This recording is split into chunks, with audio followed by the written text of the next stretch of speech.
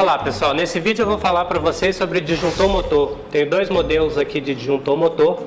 Disjuntor motor, pessoal, é um disjuntor que ele foi desenvolvido especialmente para o acionamento e proteção de motores elétricos. O disjuntor motor, ele tem algumas vantagens e a principal vantagem dele é que ele consegue reunir todas as características de fusível, de relé térmico e de contator. Ele faz a função de todos esses três equipamentos, o que traz uma vantagem maior que com um pequeno espaço você consegue fazer a união de três equipamentos, fusível, contator e relé térmico, porque ele tem todas as funções desses equipamentos. Ele tem proteção contra sobrecarga, contra curto-circuito, além disso ele serve para seccionamento e comutação. Então essas são as quatro funções básicas de um disjuntor motor. Seccionar, que é manter separado a tensão do motor, então ele faz o seccionamento e ao mesmo tempo ele faz a comutação, que é o ligamento e o desligamento, no próprio equipamento. Então ele substitui uma chave de ligação, ok? Esse modelo aqui é uma chave de girar e esse modelo são botões de apertar, ok? Então ele faz a função de ligar e desligar no mesmo local, ok? Além disso, ele tem a regulagem do térmico, igual ao relé térmico. Esse disjuntor aqui, por exemplo, ele vai de 6,3 até 10, o que ajusta a faixa de proteção desse motor para ficar o mais próximo do motor que está sendo instalado, ok? Esse outro modelo aqui, ele vai de 2,5 até 4. Então eu tenho aqui uma tampinha que eu levanto e eu consigo girar aqui e fazer uma regulagem desse térmico dele, ok? E aí eu tenho também aqui o teste, igualzinho ao relé térmico. Então ele ajusta e faz a função do relé térmico e ele também faz a comutação, protege contra a sobrecarga. Ele funciona como um relé térmico e ele também funciona para sobrecorrente e para curto-circuito. Os disjuntor motores, eles têm a proteção também contra a falta de fase. Então, se eu perder a fase em qualquer um dos três, esse disjuntor ele já consegue desabilitar aí. Então, havendo um curto-circuito uma fase, ele vai conseguir desarmar e proteger o motor. Então, ele tem essas vantagens que todas elas aliadas fazem um equipamento bem pequeno, que um disjuntor motor tem uma dimensão considerada pequena, que economiza espaço lá no seu painel de acionamento dos seus motores. Alguns deles, a maioria deles, você consegue colocar contatos auxiliares, né, normalmente aberto e normalmente fechado, para poder fazer alguma sinalização. A gente consegue acoplar contatos auxiliares no disjuntor motor para poder fazer a parte de sinalização também, ok? Então, ele, para o acionamento de motores, ele é excelente, ok? Faz essa função muito bem e vai fazer toda a parte de proteção aí de um motor. Então esse equipamento aqui ele é suficiente para fazer a proteção de um motor, ok? Então está aí para vocês o disjuntor motor e algumas características sobre esse disjuntor motor. Valeu pessoal, até o próximo. É comum encontrar profissionais do mundo da elétrica que possuem dúvidas em relação aos fusíveis. Pensando nisso, entramos em contato com a equipe técnica da Siemens, que resolveu nos ajudar com este tema. Os fusíveis são dispositivos de extrema importância na indústria, e apesar da sua simplicidade, é um erro pensar que os fusíveis são ultrapassados, porque não são todos os casos em que eles podem ser substituídos por disjuntores. Existem sim casos em que eles são escolhidos apenas como uma alternativa economicamente mais atraente. Porém, em outras aplicações, eles são indispensáveis e insubstituíveis. Eles são dispositivos de proteção que interrompem o fornecimento de energia ao identificar um aumento de corrente elétrica. Ou seja, quando este valor de corrente ultrapassa o valor da corrente nominal deste fusível. O fusível é um dispositivo que proporciona uma proteção completa contra sobrecargas e correntes de curto-circuito, além de proteger o circuito elétrico e seus componentes. Na imagem que está aparecendo na tela, você pode ver a parte interna de um fusível NH. Este fusível é para uma alta corrente, considerando que internamente não há um filamento, mas sim uma chapa fina de cobre que foi projetada para resistir à passagem de determinada corrente. Podemos usar os fusíveis como proteção de cabos e linhas, proteção de backup para dispositivos de manobra, proteção de semicondutores e para sistemas fotovoltaicos, por exemplo. Os semicondutores estão presentes nos conversores, inversores, e outros dispositivos de manobra para motores. Saiba que o uso de fusível para a proteção de semicondutores é essencial na indústria. A principal característica do fusível é a sua curva, que acaba originando os fusíveis de ação retardada, ação rápida e ação ultra rápida. Quando pensamos em curva do fusível, podemos assimilar com a curva de um disjuntor. Muitos conhecem as curvas B, C e D de um disjuntor, não é mesmo? Pois é, o fusível também tem uma curva de ruptura, e imagino que vários profissionais de elétrica não sabiam disso. Os fusíveis de ação retardada apresentam um tempo relativamente longo para se romper, enquanto isso, os fusíveis de ação ultra rápida rompem em um tempo muito menor. É importante destacar que, pelo fato de um fusível ser de ação retardada, isso não significa que ele seja muito devagar. Na verdade, ele é apenas mais lento do que os de ação rápida e ultra rápida. Isso é uma característica fundamental para diversas aplicações. Essa diversidade de velocidade de interrupção é necessária, uma vez que as cargas, como motores, têm um pico de corrente na partida que deve ser suportado, ou seja, um ótimo exemplo de utilização do fusível de ação retardada. Já para os equipamentos mais sensíveis, como os eletrônicos, o tipo de fusível mais indicado é o de uma ação rápida ou ultra rápida, porque ele interrompe uma corrente de curto-circuito muito rapidamente. Ou seja, a energia passante desse fusível é muito baixa. A melhor forma de você identificar um fusível é usando a sua faixa de interrupção e a sua categoria de utilização. Essas informações devem estar no corpo do fusível com um conjunto de letras e não com as denominações de fusíveis retardados, rápidos ou ultra rápidos. As categorias de utilização e as faixas de interrupção indicam o tipo de equipamento que o fusível irá proteger e sobre qual carga ele irá atuar, que são as curvas dos fusíveis. A tabela que está aparecendo na tela identifica as letras que formam as categorias de utilização. A primeira letra, que é sempre minúscula, indica o tipo de proteção que o fusível oferece, podendo ser A minúsculo ou G minúsculo. Nestes casos, ambos limitam a corrente e protegem contra curto-circuito, mas o A não atua na presença de sobrecarga e o G atua na presença de sobrecarga. A segunda letra, que é sempre maiúscula, indica para qual aplicação é o fusível. G para geral, M para motores, R para semicondutores, que vem de ultra rápido, L para linha e TR para transformadores. Além dos tipos de curvas, também é essencial entender o que é energia passante ou integral de Joule, pois ela é a quantidade de energia que o dispositivo de proteção deixa passar. Saber o conceito de energia passante é essencial para o dimensionamento correto do fusível ultra rápido. Um exemplo de como esta energia passante pode influenciar na proteção é para a combinação de partida do motor, onde os baixos valores de energia passante do fusível protegem o relé de sobrecarga térmico, enquanto o baixo pico na corrente passante do fusível protege o contator contra a colagem dos contatos. Existem basicamente 3 modelos de fusíveis ultra-rápidos do tipo Citor, que são fusível Citor formato NH, fusível Citor cilíndrico e fusível Citor Silized. Tome cuidado com os fusíveis de má qualidade, de procedência duvidosa ou desconhecida. Certifique-se que as perdas watts dos fusíveis utilizados estejam dentro dos valores definidos. Fusíveis que estejam trincados ou vazando areia correm o risco de explodir e é necessário cuidado com a aplicação de fusíveis de ação ultra-rápida Citor. Isso inclusive é citado na norma IEC 60269, que trata exclusivamente de fusíveis para baixa tensão. Existem outros tipos de fusíveis, o Diazed, que já falamos aqui em nosso canal, mas também o Neozed e o Silized, ambos com variação em sua velocidade de atuação. Cada um desses tipos de fusíveis possuem bases e acessórios distintos.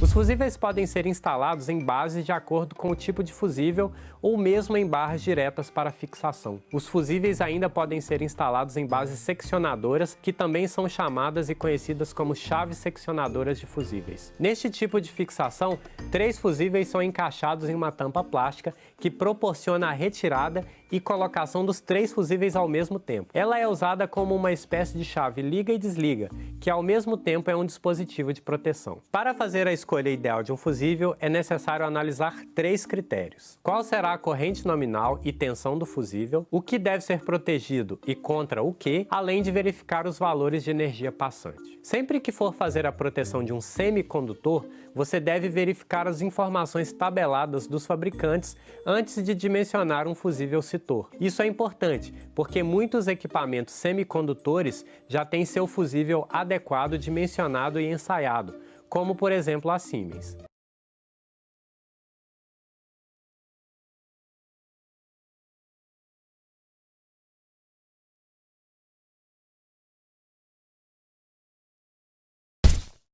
Beleza, pessoal, o negócio é o seguinte, tem 2 coisas que a maioria dos eletricistas não sabem sobre os disjuntores. A gente vai falar nela aqui agora.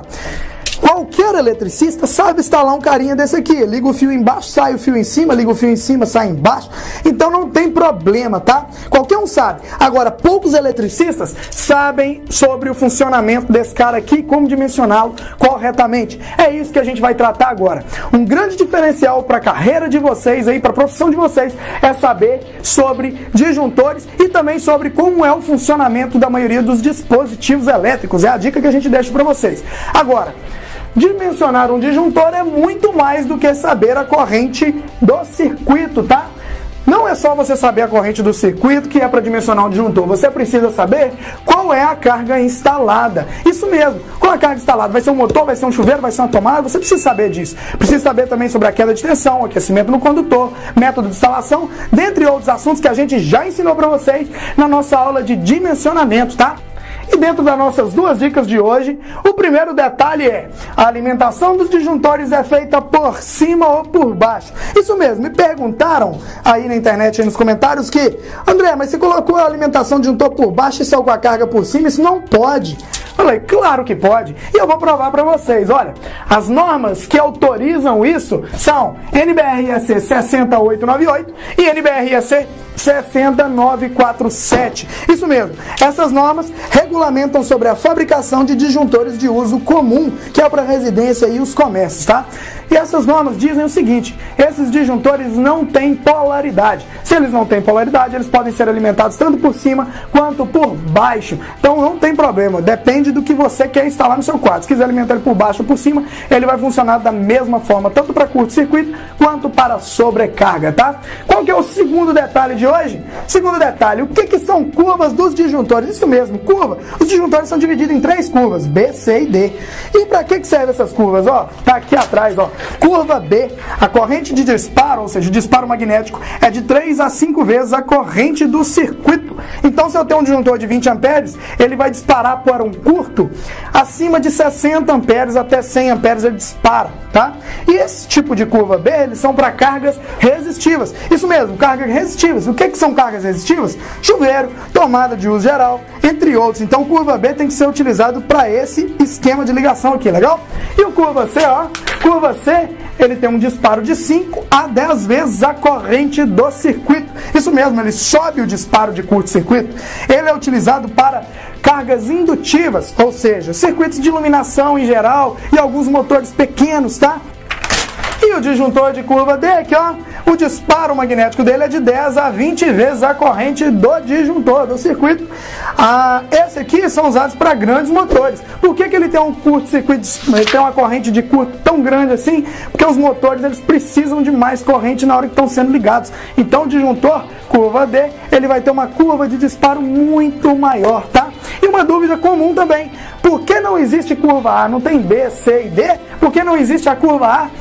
Justamente porque a curva A pode ser confundida com o A do ampere, que é a unidade de medida da corrente do disjuntor. Então, por isso não existe a curva A. Legal? O relé térmico em si, ele é um dispositivo que vai ser associado à instalação de um motor elétrico trifásico com a finalidade de proteger esse motor elétrico. Mas proteger em relação ao quê? Proteger em relação à sobrecarga do motor elétrico trifásico, tá? Então esse motorzinho que nós estamos vendo aqui, um motor elétrico trifásico, o relé térmico ele vai ter a característica, a propriedade de estar protegendo ele em relação à sobrecarga, não em relação a curto-circuito, tá? Ou seja, toda vez que um motor elétrico sofre alguma anomalia interna e acaba surgindo o aumento abrupto da corrente elétrica, o que seria o aumento abrupto? Aumentar efetivamente o valor da corrente além dos valores nominais desse motor. Esse relé térmico, o nome não é à toa, tá? Relé térmico é porque ele tem um material bimetálico aqui dentro. O que seria esse material bimetálico? São duas lâminas que, conforme elas possuem coeficiente de dilatação diferente, ou seja, conforme elas aquecem, cada uma se mexe de uma maneira. Então, a hora que eu tenho esse relé bimetálico sendo percorrido por um valor de corrente superior, vamos dizer assim, ao que ela realmente suporta, essa lâmina bimetálica aí ela vai acabar se deformando, fazendo com que eu acione o relé térmico. O que vem a ser acionar o relé térmico? Imagina o seguinte, olha na lousa aqui comigo, ó. Eu tenho no relé térmico 3 contatos de potência. O que acontece com esses contatos de potência? Quando a corrente que passa por aqui faz com que eu tenha um aquecimento do relé bimetálico, perdão, do bimetálico interno dele aqui, ele vai deformar e vai abrir os contatos do relé térmico, fazendo então com que cesse a passagem de corrente elétrica. Logo, quando isso acontece, o motor ele simplesmente vai parar de funcionar e aí eu protejo o meu motor elétrico. Ah, Everton, mas isso também não é a mesma coisa do que o curto-circuito? Não, o curto-circuito ele acontece num instante de tempo muito curto e com uma amplitude da corrente muito alta, né? E aí o que vai acontecer? Eu vou acionar os outros dispositivos de proteção, que seria fusível, disjuntor e assim por diante. No caso da sobrecarga, a corrente ela vai aumentando conforme vai passar o tempo, mas esse aumento da corrente ela não é de uma só vez, né? Então eu vou aos poucos esquentando aqui o meu relé bimetálico e aí ele vai sentir esse aumento da corrente e, consequentemente, vai proteger o meu motor elétrico trifásico para que não fique funcionando incorretamente. E como é que o motor elétrico trifásico vai sofrer anomalias que provoquem desarme do nosso relé térmico? Pode ser por rotor travado, sabe quando trava o nosso rotor? Pode ser um curto-circuito entre as bobinas do nosso enrolamento interno do motor elétrico. Pode ser um curto-circuito entre bobina e carcaça também do nosso motor elétrico e assim por diante. Ou seja, começou a aumentar a corrente. Além dos valores nominais do motor elétrico trifásico, eu começo a acionar inteiramente os relés bimetálicos desse nosso relé térmico, tá? E aí vai acontecer o desarme desse relé térmico. Bom, uma dica interessante aqui, ó. Tá vendo que eu trouxe aqui 2 modelos diferentes de relé térmicos? Esses 2 modelos aqui eu trouxe proposital, tá? Por quê? Porque na verdade quando você vai pegar um relé térmico, eles têm que ser compatíveis com quem? Com os contatores que vão fazer o acionamento do nosso motor elétrico. Ou seja, eu tenho o relé térmico para um contator X, que deixa eu encaixar ele aqui, vocês vão perceber aqui, ó, quer ver? Ó, tá vendo que esse aqui encaixou bem certinho, ó? Então eu tenho um relé térmico para um contator X, ou se não, eu tenho um outro relé térmico, deixa eu ver aqui, aqui mesmo, um outro relé térmico para o contator Y, né? Um relé térmico não serve num modelo diferente de contator, legal? Então eu tenho aqui, ó, uma amostra, eu não prendi eles aqui, não fixei eles aqui com parafuso, mas só para vocês entenderem essa lógica aí de fixação dos nossos relés nos seus respectivos modelos de contatores, legal? Então, voltando aqui, ó, resumindo o nosso vídeo de hoje, o relé térmico tem a finalidade, tem a função de proteger o motor em relação à sobrecarga e não a curto-circuito. Ah, mas pode ser que aconteça o acionamento do relé térmico em função do curto-circuito? Pode ser, mas antes do relé teria que ser acionado o fusível ou disjuntor. Legal? E dependendo do modelo do nosso contator, eu vou ter que ter um modelo compatível de relé térmico. Bacana? Eu espero que você tenha gostado do nosso vídeo de hoje. Vou convidar você a dar um like aqui, a curtir o nosso vídeo de hoje, né? Ah, você deve estar se perguntando, poxa, por que o Everton não falou desses contatos aqui, né? Bom, vamos fazer o seguinte, esses contatos verdes aqui, na verdade, quem eles são? Só antes de me despedir aqui, né? Tava esquecendo, na verdade, você viu? Esses contatos são os contatos auxiliares do nosso relé térmico. Qual que é a finalidade do contato auxiliar? É proteger o nosso circuito que faz o acionamento do nosso motor elétrico trifásico, que seria o nosso circuito de comando. Sabe o circuitinho de comando, que é a lógica de funcionamento do motor, onde eu coloco a botoeira e assim por diante. Então eu posso ter um contato fechado que normalmente é associado próximo ao botão de emergência, que a hora que o motor para de funcionar em função do relé térmico ser acionado, eu vou acionar tanto os contatos de potência quanto o contato auxiliar também, simultaneamente, e vai abrir esse contato protegendo o diagrama de comando para evitar que o usuário ou o operador fique pressionando o botão de ligar o motor. E eu posso colocar também um outro contato aberto, para quê? Para acionar uma lâmpada, um sinaleiro, que vai fazer com que acenda uma lâmpada, um sinaleiro lá no nosso painel, indicando que o motor está com problema, com defeito. Tudo bem? Bom, agora sim eu acho que a gente finalizou, né? Só para finalizar de vez, então, a nomenclatura F que vocês estão vendo na lousa aí, ó, tanto no contato de potência quanto no contato na parte de comando, é a simbologia, a tag correta a ser utilizada para os símbolos aí de relé térmico. Bacana? Show de bola? Agora sim, muito obrigado por assistir até aqui. O contator elétrico, né, o contator de potência, ele é um dispositivo que nada mais é do que o responsável por seccionar 3 fases do meu sistema, por exemplo, da alimentação do meu motor elétrico trifásico. Como você pode observar aqui, ó, nós temos o contato 1 e 2, o contato 3 e 4 e o contato 5 e 6. Mas não se preocupe que eu vou mostrar isso para vocês na prática, também na lousa aqui para vocês entenderem. E aqui embaixo nós temos ainda um contato, aqui na sua direita nós temos o contato 13 e 14, que é um contato normalmente aberto desse contator que vai servir para algumas finalidades em um circuito, por exemplo. Bom, além disso nós ainda temos aqui, ó, a alimentação A1 e A2 desse contator. Mas, para que vocês entendam exatamente o que eu vou desenhar ali na lousa, eu vou desmontar junto com vocês esse contator e nós vamos visualizar as partes internas dele, tá? Então olha só, vou desmontar aqui, pegando primeiramente esse parafuso, vou soltá-lo. Vamos lá. E também esse outro parafuso aqui, ó. Quando eu faço então a remoção deles, o que eu tenho são as partes sendo separadas. Bom, deixa eu colocar aqui na posição correta aí para você visualizar. Então a parte inferior do nosso contator e a parte superior. Olha que interessante, eu vou retirar essa daqui, ó. E nós temos então a bobina, tá vendo que ela é um eletroímã, ela vai se transformar depois, mas é uma bobina onde eu vou alimentar para que execute uma das finalidades que é mover os contatos, tanto normalmente aberto quanto normalmente fechado, desse nosso contator. Você vai entender isso melhor na prática daqui a pouquinho na lousa, tá? Esse daqui então é a base do nosso contator e esse é um núcleo que vai ficar envolvido por aquela bobina que você acabou de enxergar, acabou de ver. Nessa outra parte do contator, a parte superior, nós temos os contatos propriamente dito e olha só, vou virar aqui para você dar uma olhada, ó. Olha que interessante, nós temos então um núcleo preso a uma estrutura dos contatos que nós chamamos de contatos móveis, né? Que a finalidade desse conjunto é fazer esse movimento aqui, ó. Fazer esse movimento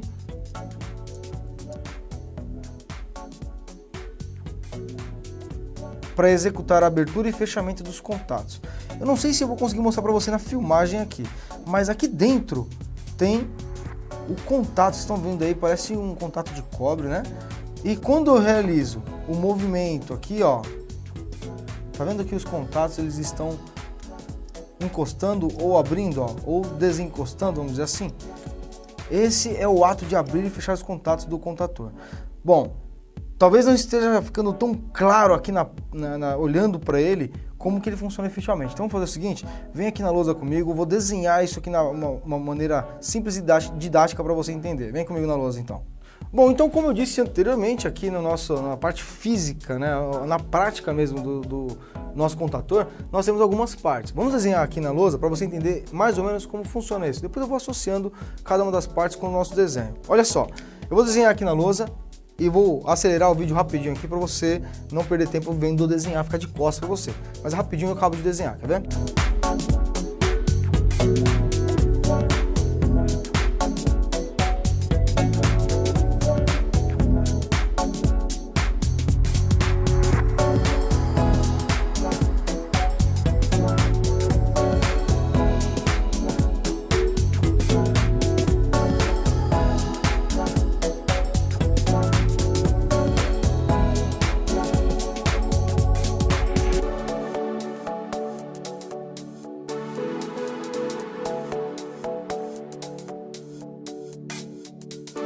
como você pode observar, então, nós temos os contatos aqui, ó. 1 e 2, 3, 4, 5 e 6 e o 13 e 14, correto?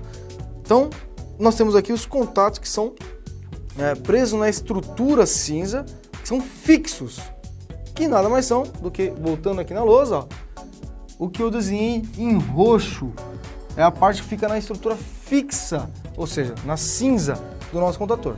O verde, né, a parte dos contatos que estão na estrutura móvel, são o que está desenhado em preto. Aqui embaixo nós temos a base, tá? Esse rosa aqui, ó, é a mola, tá? Essa mola aqui, ó. Essa mola que vocês estão vendo aqui é esse rosa aqui, ó. Na base nós temos então esse conjunto que é essa parte preta, ou seja, o núcleo aqui, né? Metade do núcleo, vamos dizer assim. E o azul, a nossa bobina. Nossa bobina. Vou aproximar da câmera para você ver esse A1 e A2 aqui, ó. Então olha só, A1 e A2, que é nada mais, nada menos do que a alimentação, as extremidades da minha bobina que alimenta esse nosso contator. Voltando aqui então, ó. O que acontece na prática? Na prática, a hora que eu tenho então esse meu conjunto, deixa eu montar ele aqui rapidinho, ó. Esse meu conjunto aqui, a bobina envolvendo o núcleo inferior, o que vai acontecer? A hora que eu alimentar, nesse caso, a alimentação do meu contator seria de 220 volts. Então, alimentando com 220 volts, eu tenho a bobina gerando um campo magnético, né? Se transformando então, por ter um núcleo, transformando esse núcleo aqui, ó, em um eletroímã. E esse eletroímã, obviamente, vai ter a capacidade de atrair materiais ferrosos. Por coincidência ou não, né? Esse conjunto aqui de cima é o material ferroso. Ou seja, esse seminúcleo aqui, ó, é o material ferroso. Se eu transformei essa base em um eletroímã, automaticamente esse conjunto vai ser atraído para baixo. Logo, esse conjunto inteiro se move. Só que isso tudo que vocês estão vendo é a parte móvel. A hora que esse núcleo é atraído para baixo, simplesmente ele puxa todos os contatos na direção dele. E aí olha que interessante. No repouso, esse contato que vocês estão vendo aqui é o que nós chamamos de normalmente fechado, porque ele, sem alimentar o contator, está fechado, ou seja, conduzindo corrente. Esse daqui é um normalmente aberto, porque no repouso ele fica aberto. A partir do momento em que é realizada a alimentação de 220 volts no A1 e A2 dessa bobina, que por sua vez se transforma em um eletroímã, gera um fluxo magnético, atrai esse conjunto móvel, esse conjunto inteiro faz isso, ó, para baixo. Quando ele faz isso para baixo, ó, o contato que antes era normalmente aberto, ó, o contato que era normalmente aberto, ele se transforma em normalmente fechado. Não que ele se transforme em normalmente fechado, mas ele vai se fechar. Então, um pouquinho, ó, ele fecha. Você vai fechar. O contato que era normalmente fechado, vai fazer o quê? Como puxa para baixo, ó, ele vai abrir. Desta maneira, eu tenho a comutação de todos os contatos do meu contator. Lembrando, eu só desenhei ali na lousa um contato normalmente aberto e um normalmente fechado. Não quer dizer que seu contator vai ter só um contator aberto e outro fechado. Ali foi só para vocês entenderem. Nesse exemplo, nesse exemplo desse contator, nós temos 4 contatos normalmente abertos, concorda? São 3 de potência e um normalmente aberto 13 e 14. Então todo esse conjunto aqui se trata de contatos normalmente abertos. Olhando no desenho, nós temos o seguinte, ó, é como se eu tivesse 4 conjuntos de contatos normalmente abertos, que a hora que o contator é atraído, que a hora que a base aqui, esse núcleo aqui é atraído pela base, eu fecho todos os 4 os contatos do contator. Ok? Bom, bacana. Agora vamos fazer o seguinte, vamos ver na prática isso aqui como é que funciona? Volta para a bancada aqui comigo, que eu vou mostrar exatamente como que se dá o funcionamento do contator na prática. Vem aqui então. Bom, para provar para vocês então, vou montar novamente aqui o nosso contator para que a gente possa exemplificar na prática o funcionamento dele. Olha só, deixa eu mostrar para vocês aqui, ó, a hora que eu vou fazer a montagem, tá vendo que a mola, ela fica sempre forçando, ó, vou te mostrar aqui, ó, ela fica forçando sempre o meu conjunto móvel ficar para cima. É por isso que quando o contator é desacionado, ele retorna todos os contatos na sua posição original. Então, vamos pegar aqui então e fechar o contator. Agora eu vou alimentá-lo com duas fases. Então, no A1 e A2 que vocês estão vendo aqui, vou pegar o A1 e vou colocar, vou até abrir um pouco mais aqui os contatos dele, para colocar duas fases e mostrar para vocês a aplicação na prática.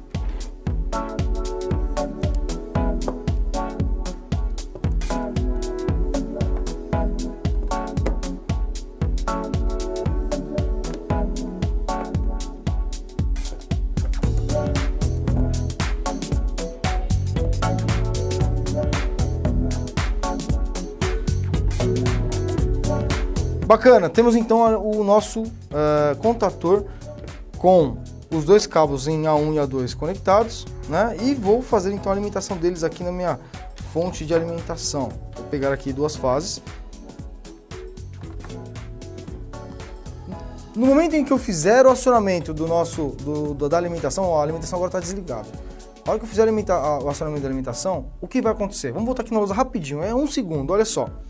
Então o que acontece? A hora que eu alimento o A1 e o A2 do contator, esse conjunto vai se transformar em eletroímã e vai atrair todo esse conjunto móvel para baixo, correto?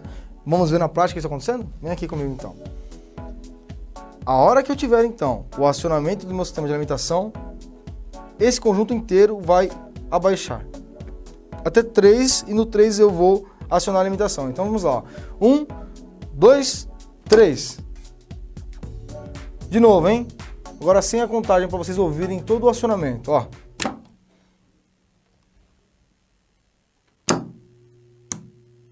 Então, resumindo aqui, nós temos o contator acionado, os contatos 1 e 2, 3 e 4, 5 e 6 são os contatos de potência, estão acionados, e o contato 13 e 14 também está acionado, ou seja, estão fechados, todos eles, tá?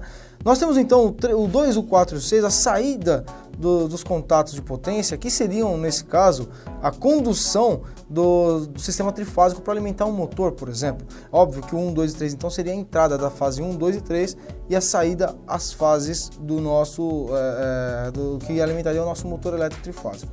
Eu ainda poderia, vou desligar ali aqui rapidinho, ó. Eu ainda poderia ter acoplado a um contator um relé térmico. O que é um relé térmico? Ele é o dispositivo responsável pela proteção do motor elétrico trifásico. Depois a gente faz um vídeo falando só sobre esse dispositivo aqui. Mas o relé térmico ele vai proteger o nosso motor elétrico trifásico. Pois bem, esse é o contator. Eu utilizo ele para o seccionamento de fases dentro de um sistema de alimentação, no caso do contator de potência, e eu vou normalmente utilizá-lo para a alimentação de sistemas trifásicos, seja de motores, bancos de capacitores, bancos de resistências e assim por diante.